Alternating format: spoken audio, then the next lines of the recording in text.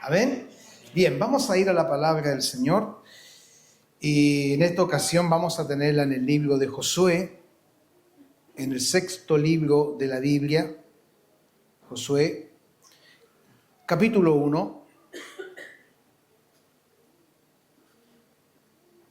Josué capítulo 1, versículos 7 y 8. Vamos a tener la palabra del Señor. Puede buscarla, libro de Josué, capítulo 1, versículos 7 y 8. Va a ser nuestra exhortación en esta hora.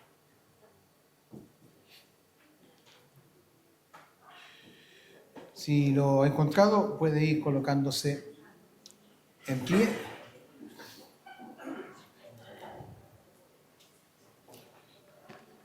Y con silencio seguimos la lectura de la palabra del Señor, que dice así: solamente esfuérzate y sé muy valiente para cuidar de hacer conforme a toda la ley que mi siervo Moisés te mandó.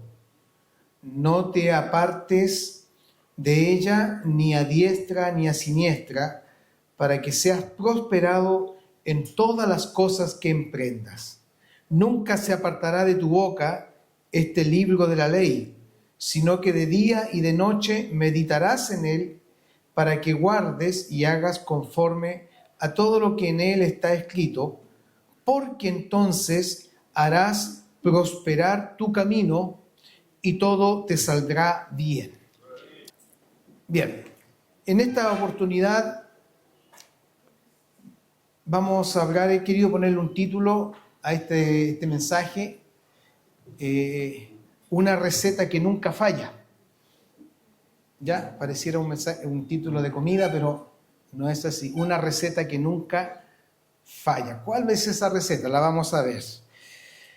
En el contexto de lo que hemos leído en el capítulo 1, estamos frente al relato de un llamamiento de Dios a un hombre llamado Josué, que la mayoría de ustedes que son cristianos conocen, han oído, han leído del libro de Josué.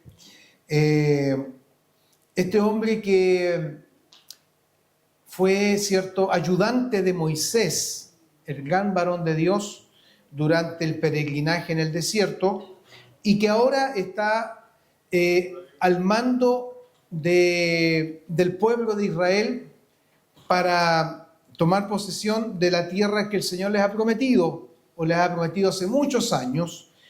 Y en el capítulo 1 de Josué, el Señor le habla a Josué después de la muerte de Moisés, siervo de Jehová, que el Señor le habló a Josué, hijo de Nun, servidor de Moisés, y Dios le va a hablar varias cosas importantes que es bueno considerarlo para que después podamos nosotros llevar esta palabra a nuestras propias vidas. Bueno, Josué, que se llamaba Oseas, y Moisés le cambia el nombre, le pone Josué. Oseas significa salvación. Ese era el nombre original de Josué, pero su nombre es cambiado a Josué, que significa en hebreo Jehová es salvación. Jehová es salvación. Y la transliteración de ese nombre en el griego es Jesús, porque Jesús significa también salvación, salvador. Entonces, Josué es un tipo de Cristo por muchos eventos en su vida, por muchas cualidades. Y quisiera primeramente hablar un poco de Josué, las cualidades de este hombre, para llegar a lo que vamos a ver. ¿Cuáles eran las cualidades de este hombre? La Biblia dice que él era ayudante de Moisés. Ayudante de Moisés, leal, fiel, era servidor, era un hombre servidor, era un hombre de fe, era un hombre leal y era un hombre valiente. Son algunas de las cualidades de Josué. Repito, era un hombre servidor, un hombre que servía, un hombre muy proactivo. Yo le llamo un hombre muy ejecutivo. Y especialmente lo vemos, la primera vez que vemos a Josué apareciendo en escena es allí en Éxodo, cuando Israel entabla batalla contra Amalek, contra los amalecitas. Y Moisés estaba en la cumbre de un collado e Israel estaba abajo peleando contra Amalek. Y al comando o al mando podríamos decir como ejército de Israel, porque todavía no era un ejército, pero al mando de las fuerzas de Israel estaba Josué. Y en el famoso episodio donde Moisés está en el collado orando, intercediendo, y Aarón y Hur, ayudantes de Moisés, dice la palabra del Señor que los brazos de Moisés estaban extendidos orando por Israel, pero sus brazos se cansaban, porque Moisés ya era de edad, se cansaban, y Aarón y Hur, ayudantes de él, le levantaban los brazos, se los sostenían, y cuando Moisés mantenía sus brazos en alto, Josué y el pueblo prevalecían en la batalla. Entonces esa batalla la ganó Josué, la ganó con Israel contra los amalecitas, por la intercesión también de Moisés y por el apoyo que le dieron a Aarón y Hur a Moisés para que sus brazos no decayeran y pudiera estar intercediendo. Entonces es la primera vez que vemos en escena a Josué, lo vamos a ver después al lado de Moisés sirviéndolo, un fiel servidor, una cualidad muy importante, fiel servidor, leal servidor del Señor primeramente, y también de Moisés. Era un hombre de fe. Josué fue un hombre de fe porque cuando el Señor o Moisés envió espías a reconocer la tierra, cuando estaban ya a escasos metros de la tierra prometida, y Moisés envía a uno de cada tribu, entre esos iba Josué, por la tribu de Efraín, junto también con Caleb, de la tribu de Judá. Y usted sabe por el relato bíblico que cuando volvieron esos 12 espías, trajeron un informe y el informe no fue muy alentador porque 10 de los 12 espías dieron un informe desalentador. Dijeron que habían gigantes en la tierra y que se los iban a comer a ellos como langostas, etcétera, y todo el pueblo se atemorizó por ese informe, pero ahí saltó Josué y Caleb con fe. Por eso yo digo que era un hombre de fe, porque dijeron, es verdad, hay gigantes, son grandes, pero miren lo que dijeron ellos, van a ser pan comido para nosotros. Y no es una palabra agrandada, sino una palabra de fe, serán como pan comido. Y ellos animaron al pueblo, podemos, Jehová está con nosotros. Entonces era un hombre de fe. Qué importante ser gente de fe. Porque eran minoría, eran 10 contra 2. Pero ellos, Josué y Caleb, dijeron, el Señor está con nosotros. Y va a ser pan comido para nosotros. Los comeremos como pan. Es decir, va a ser fácil ganarle, porque si el Señor está con nosotros, y después la Escritura nos dice, ¿quién contra nosotros? Entonces, era un hombre de fe. Y al ser hombre de fe, también era un hombre valiente. Porque la fe produce, ¿cierto, hermano Néstor? Valentía en nosotros. Nos hace ser valientes en las cosas de Dios, la fe. Cuando somos personas que siempre estamos dudando y tenemos incertidumbre, obviamente no hay valentía, ahí hay miedo, hay temores, ¿cierto?, de lo que pueda venir. Pero cuando nosotros somos personas de fe, le creemos al Señor y creemos a su palabra, viene la valentía sobre nosotros. ¿Ya? Entonces, de la fe se desprende la valentía y también la obediencia, porque él fue muy obediente al Señor. De hecho, el Señor se enojó con Israel después de ese informe de los 10 espías, y además el pueblo murmuró y el Señor se airó contra ellos y dijo, no van a entrar en la tierra prometida, no van a entrar en mi reposo. Pero dijo el Señor, pero Josué y Caleb, ¿cierto? Porque en ellos hubo otro espíritu. Es decir, hubo otra mentalidad, hubo otra mirada de las cosas. Ellos van a entrar. Y así fue, entraron a la tierra prometida de toda esa generación. Pero de los demás, ninguno entró, fueron muriendo en el desierto luego de 38, 39 años.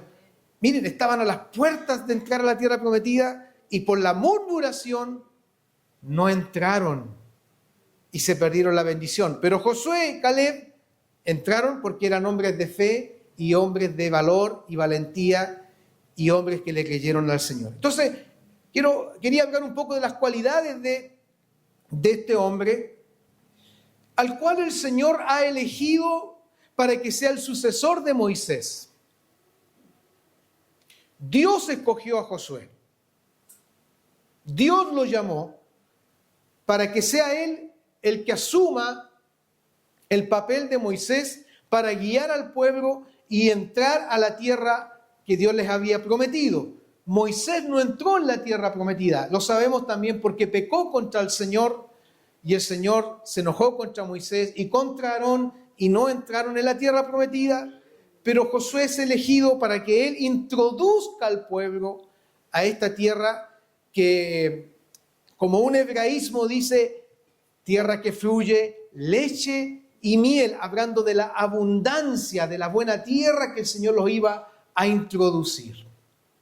Pero fíjense que el pueblo no vio eso, el pueblo vio gigantes, el pueblo vio los obstáculos. Y cuando nosotros vemos los obstáculos y no vemos las promesas de Dios, perdemos bendiciones. La pregunta es, ¿qué está mirando usted para este año? ¿Qué ve en este año 2026? Alguien dirá, ¿sabe? El horóscopo dice esto. Engel, ese famoso Pedro Engel, dice esto. Oiga, digan lo que quieran decir. O los vaticinios dicen esto. A mí me interesa lo que dice la palabra de Dios.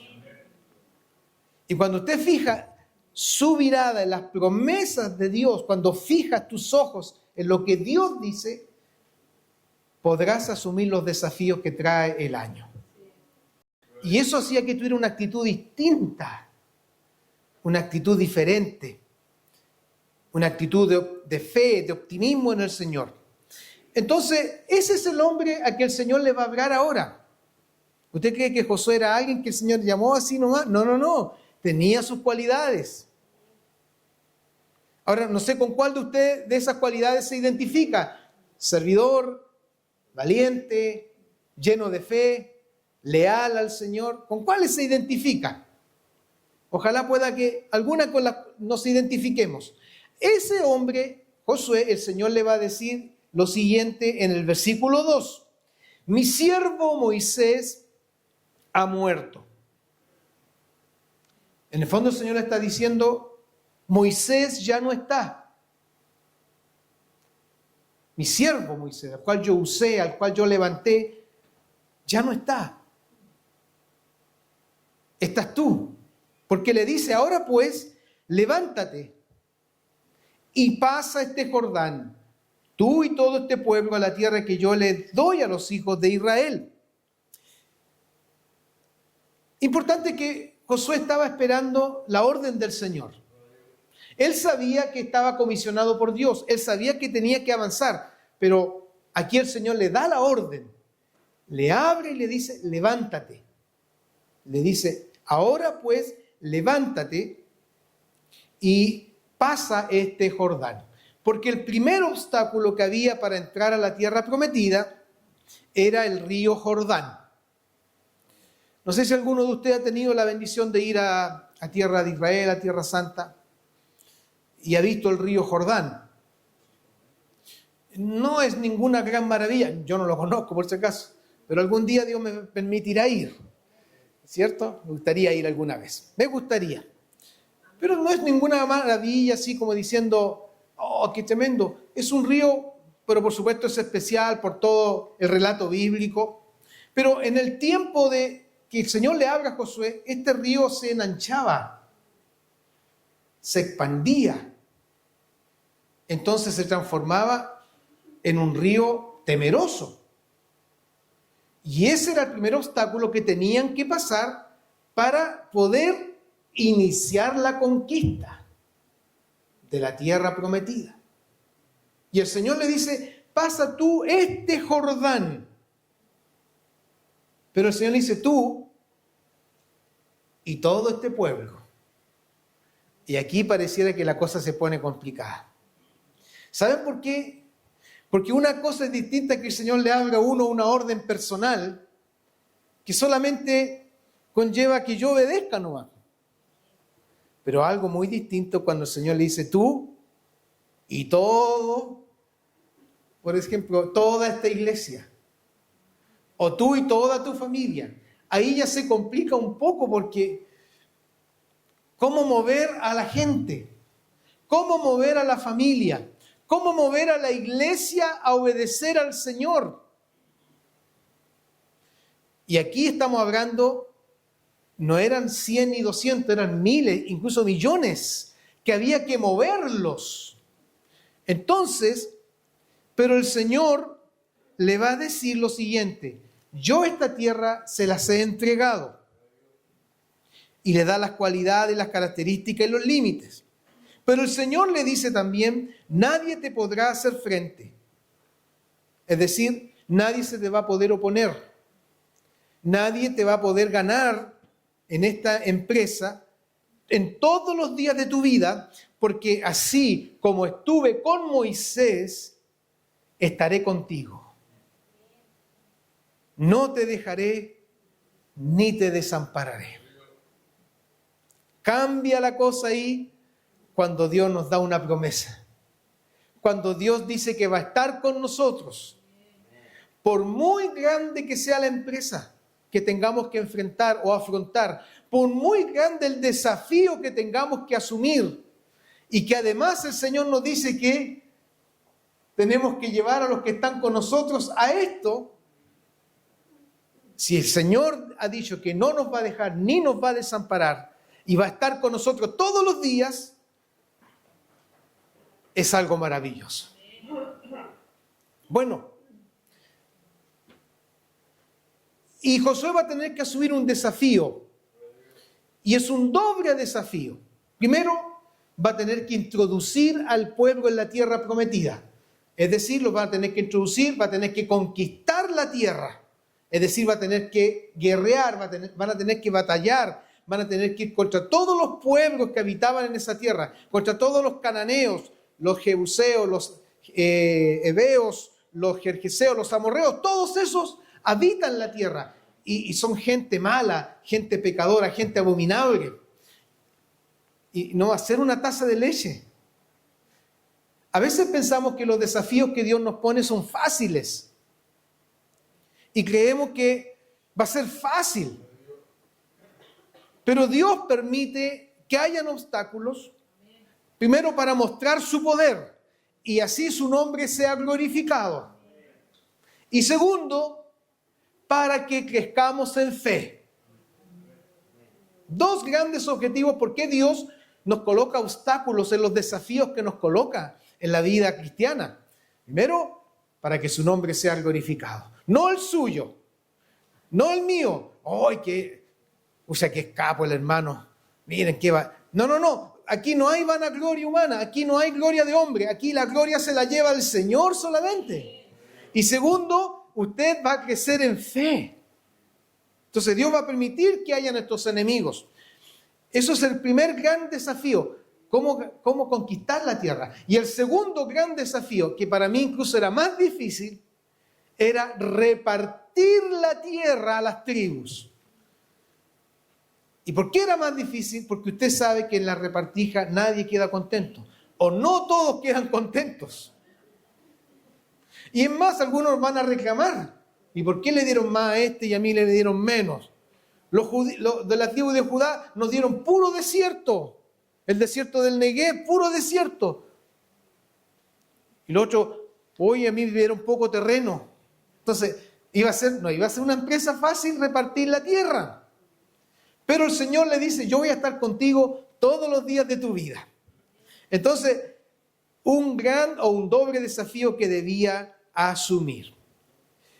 Y lo tercero que quiero decirle son 4 puntos. Que en todo gran desafío que Dios nos ponga o nos toque asumir en la obra de Dios, Dios va a estar con nosotros.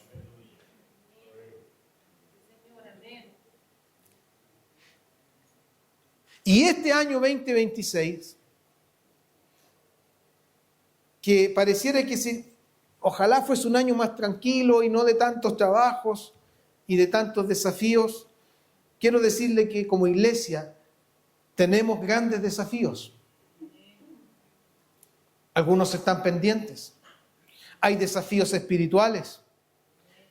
Tú debes tener desafíos en tu vida espiritual. Usted debe ponerse metas en su vida espiritual.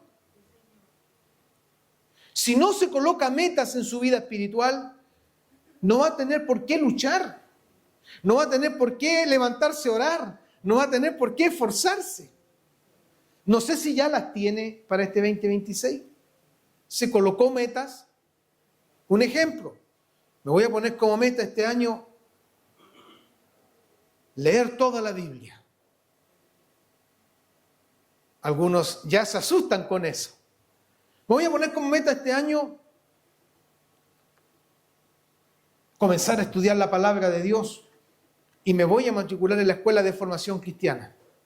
Otro dice, me voy a poner como meta sacar un diplomado en teología y voy a estudiar en el seminario de la iglesia.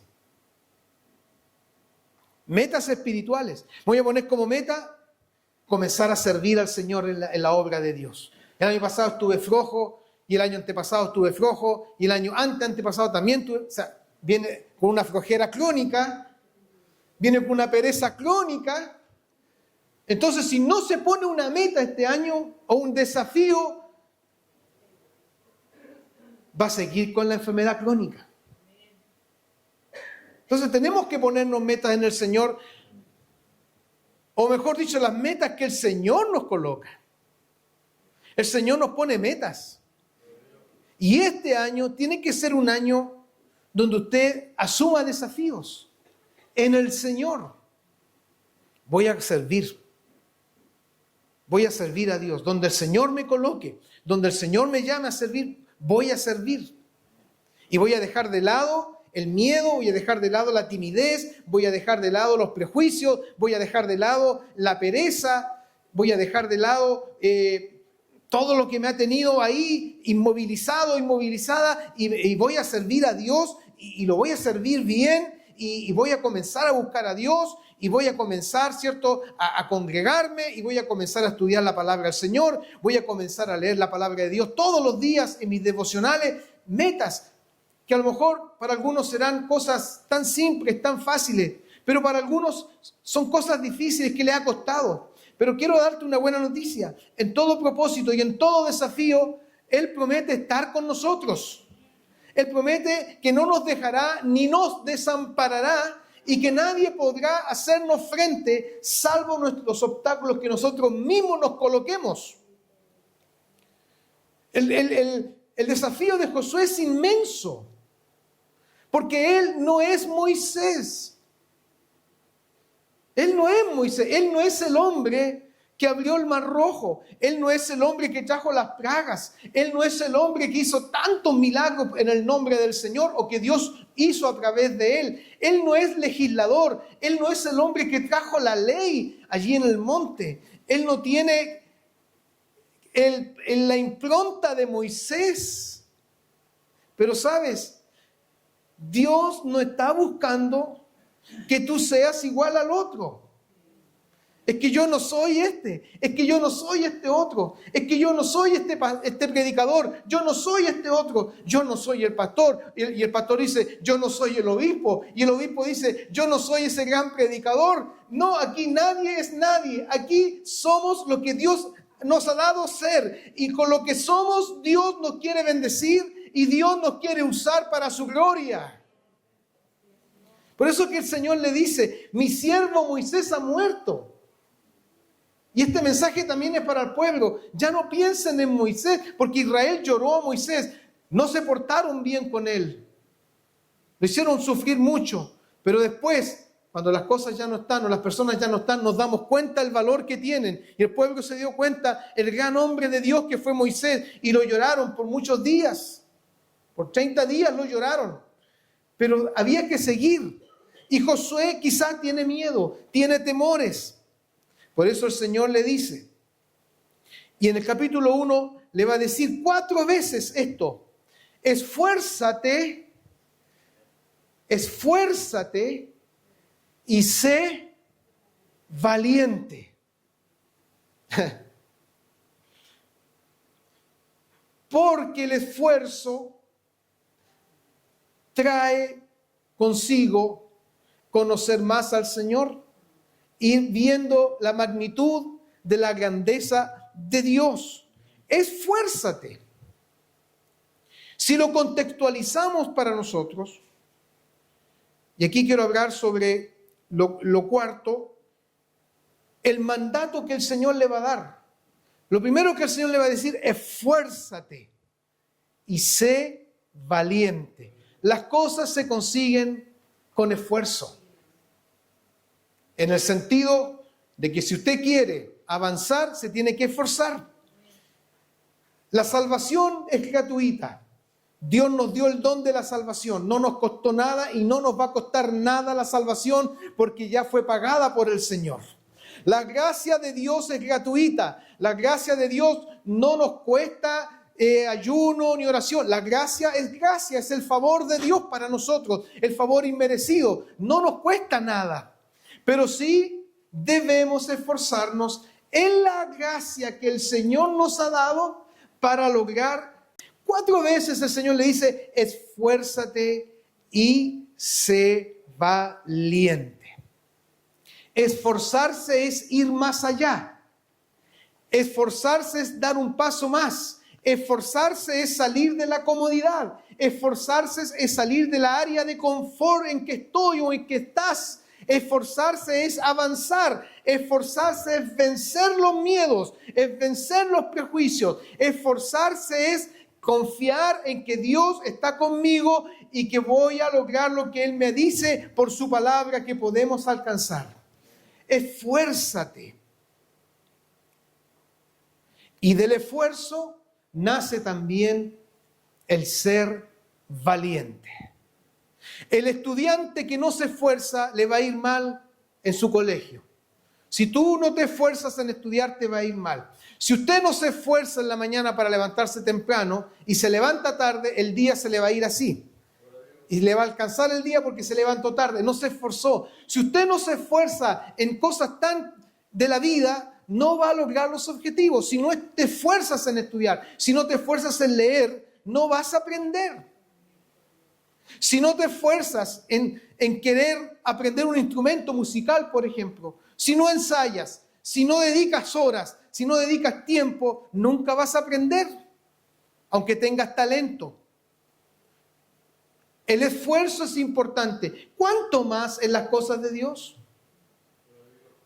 Miren lo que dice 2 de Timoteo 2, si me pueden poner el versículo 1 al 4. 2 de Timoteo 2, versículo 1 al 4.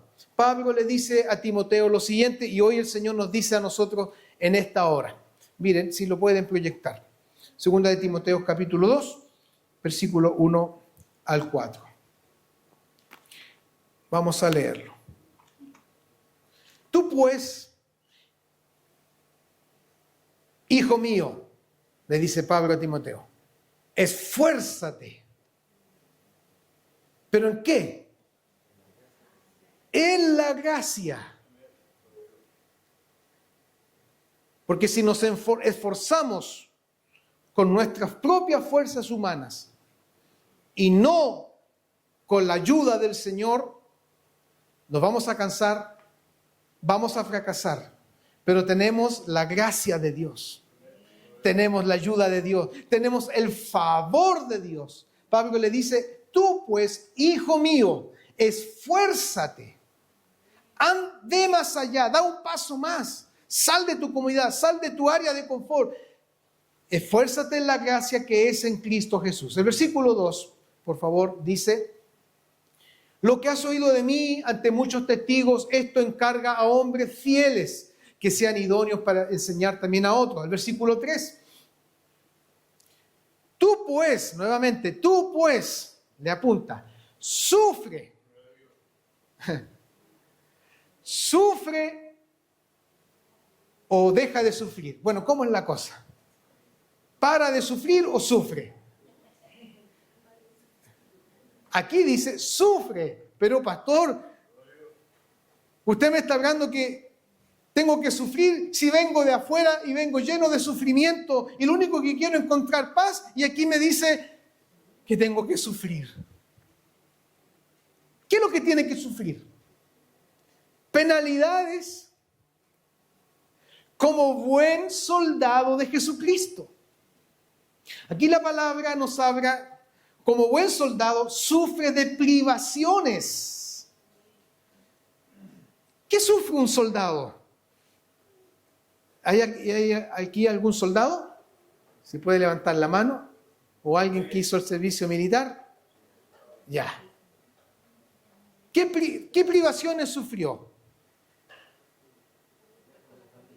Estar lejos de la familia.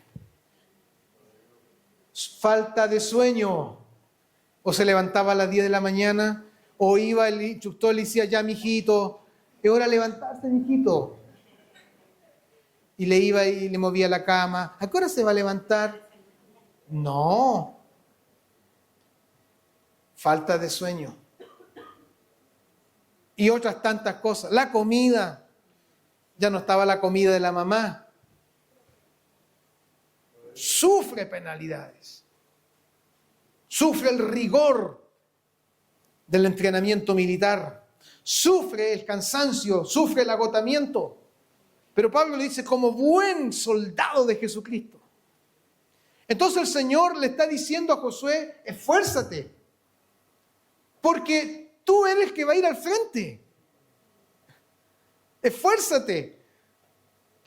No puedes quedarte en los laureles, no puedes quedarte dormido, no puedes quejarte, no puedes mostrar al pueblo duda, no puedes mostrar al pueblo que yo no puedo, es que es tan difícil esto. No, tienes que ser valiente. ¿Con quién iba a tener que Josué conversar cuando estuviera desalentado? Con el Señor. A él iba a tener que ir a llorar y hablar, y así fue. Cada vez que hubo algún problema, Josué iba a las rodillas y oraba y le decía: Señor, ¿por qué esto, lo otro? Pero tenía que ser valiente. Y nos habla de un liderazgo valiente. Todos nosotros tenemos un liderazgo. Usted como padre de familia tiene un liderazgo en el Señor. Y usted tiene que ser valiente.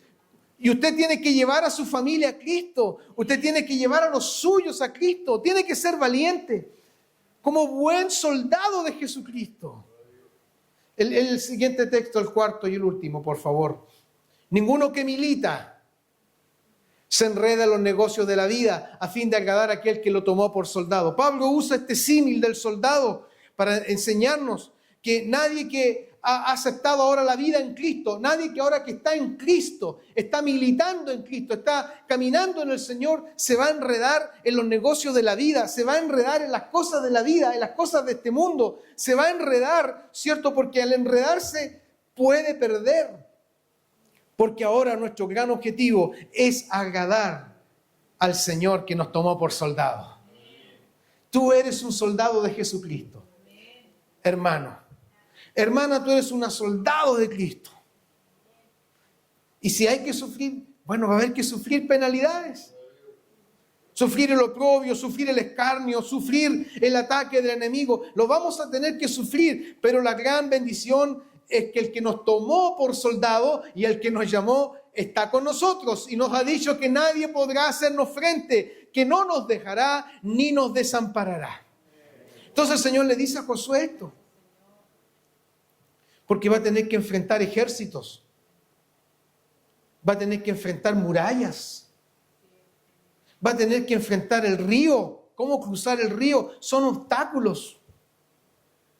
Por eso el Señor le dice, esfuérzate. Si el pueblo ora 1 hora, tú vas a tener que orar más. Tú vas a tener que vigilar. Y esto es un mensaje para los líderes. Los líderes no podemos conformarnos a la altura de a los quienes dirigimos. Tenemos que ir más allá, tenemos que esforzarnos. Porque el que nos llamó nos capacita y nos da la fuerza. Si tus hijos no sirven a Dios, si tus hijos no oran a Dios, ¿quién va a ser el que tiene que orar? Y levantarse a orar temprano y madrugar orando. ¿Quién va a tener que ser? ¿Sus hijos? ¿Usted? ¿Usted? Porque ellos no saben esto. Si tu esposo no es cristiano, ¿quién va a tener que dar la batalla espiritual? Tú. Si tus hijos están lejos de Dios, ¿quién va a tener que buscar más y esforzarse más? Tú, mi hermano, mi hermana, para que el Señor obre en aquellos que también tienen que pasar contigo esto. Amén. Bueno, para ir ya terminando, el Señor le dice 4 veces, esfuérzate y sé muy valiente. Primero, porque tú vas a repartir a este pueblo por heredar la tierra. Ya dijimos por qué iba a tener que ser valiente, porque se le iba a venir la crítica, se le iba a venir el reclamo, ¿cierto? Pero el Señor le dice, esfuérzate, sé valiente. Y lo segundo que el Señor le dice, esfuérzate y sé muy valiente. Y aquí quiero hablar sobre el último punto, la centralidad de la ley de Dios en el hombre. Porque el Señor le dice, para que cuides de hacer conforme a toda la ley que mi siervo Moisés te mandó. Miren qué importante. El primer encargo que el Señor le hace a Josué antes de iniciar su gran desafío es, cuida de hacer conforme a toda la ley que mi siervo Moisés te mandó. Aquí está hablando de la Torá o la ley de Dios.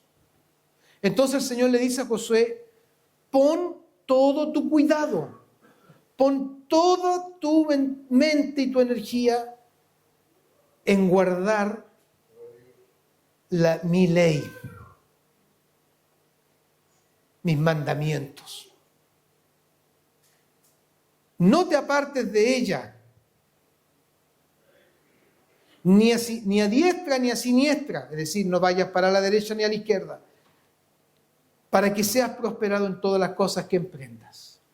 Es decir, si Josué hacía de la ley de Dios su manual de vida, el Señor le dice que va a ser prosperado en todas las cosas que emprenda. La ley de Dios eran los mandamientos del Señor. Y el Señor le dice, pon todo tu cuidado. Primero, para que hagas, cierto, conforme a toda la ley que mi siervo Moisés te mandó. Y luego el Señor le dice en el versículo 8, nunca se apartará de tu boca o de tu mano la espada para pelear. No le dice eso. Josué era hombre de guerra, pero el Señor no le dice nunca se aparte de tu mano la espada, ni la lanza. ¿Qué es lo que le dice el Señor? Nunca se aparte de tu boca este libro de la ley. Es decir, tus labios siempre proclamen la palabra.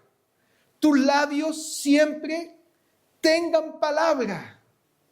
Mi palabra, habla mi palabra. Enfrenta los retos con mi palabra. Enfrenta las luchas con mi palabra. Vence los desafíos con mi palabra. Tu boca esté llena de mi palabra. Gloria a Dios. Tus labios proclamen mi palabra.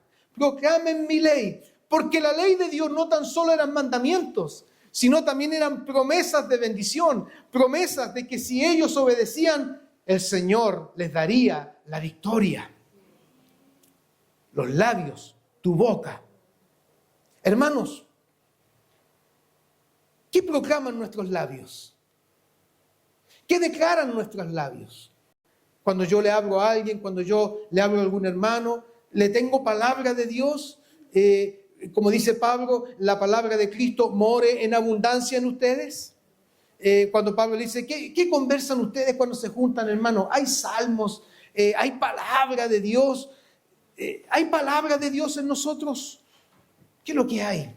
Lo segundo que le dice, sino que de día y de noche meditarás en él, lo que habla de la mente. Boca, mente. La palabra de Dios tiene que estar en tu mente. Y al estar en la mente está en lo que es el corazón, porque el corazón en el hebreo es mente. La palabra de Dios tiene que estar en tu mente. Y además le dice, para que guardes y hagas conforme a todo lo que en él está escrito. Es decir, hagas la palabra. Abra la palabra, medita la palabra, haz la palabra. Gloria al Señor. ¿Cómo podemos llegar a eso? Partimos leyendo la palabra. Comienza a leer la palabra. Comienza a leer las promesas de Dios. Comienza a impregnar tu mente de palabra de Dios. Cuando venga la angustia, el Señor te va a recordar las promesas de Dios.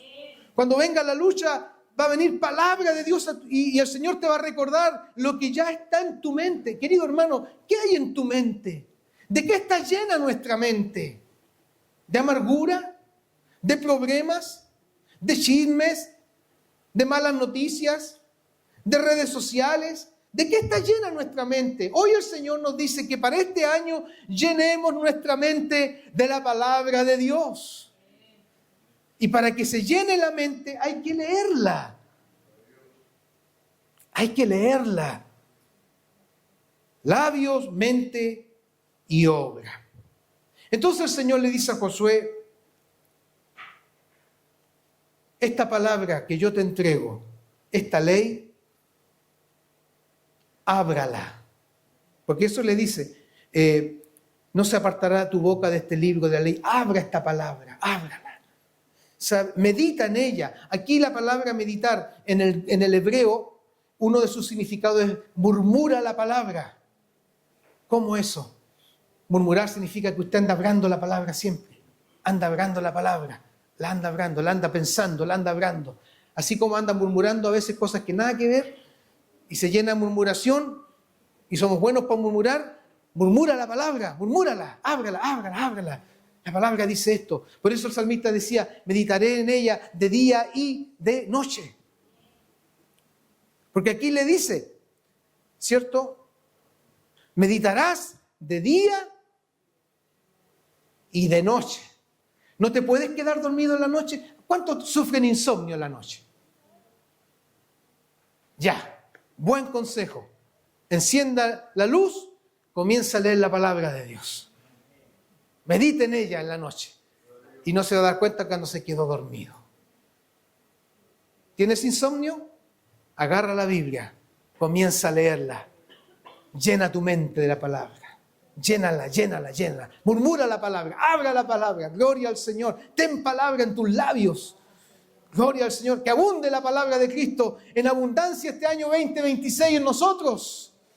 Que abunde, que abunde. Pero no se te pase 8 años más. ¿Cuántos años ya se te han pasado? Saca la cuenta. Donde la palabra no ha tenido la centralidad. Aquí el Señor le dice a Josué, no te apartes de ella ni a diestra ni a siniestra. Céntrate en la palabra. La palabra sea el centro de tu vida. La palabra. Y como parte final le dice, porque entonces, como consecuencia de esto, a causa de esto, mire, harás prosperar tu camino. ¿Cuántos quieren prosperar este año? Ya, ¿qué es la prosperidad en los términos bíblicos? Harta plata, dice alguien. Buen sueldo. Buena cuenta corriente. El pastor dijo que este año el Señor no iba a prosperar, entonces la cuenta corriente va a prosperar.